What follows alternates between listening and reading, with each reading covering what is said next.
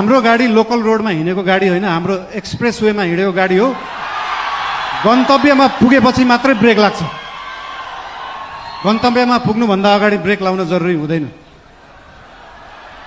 र हाम्रो गाडी अनियन्त्रित पनि छैन, वातावरण पनि मिलेर गएको छ।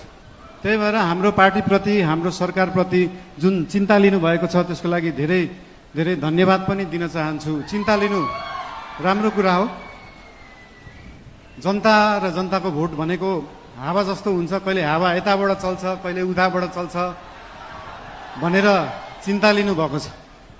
हामीले कुनै हावा चलाएका छैनौँ, हामीले बाढी ल्याएर खोला फर्काएको र खोला एकचोटि सिधा बाटो, आफ्नो सही बाटोमा फर्किएपछि निरन्तर त्यही बाटो बगिरहन्छ। यो हावा जस्तो कहिले लेफ्ट राइट उत्तर दक्षिण पूर्व पश्चिम बग्दैन।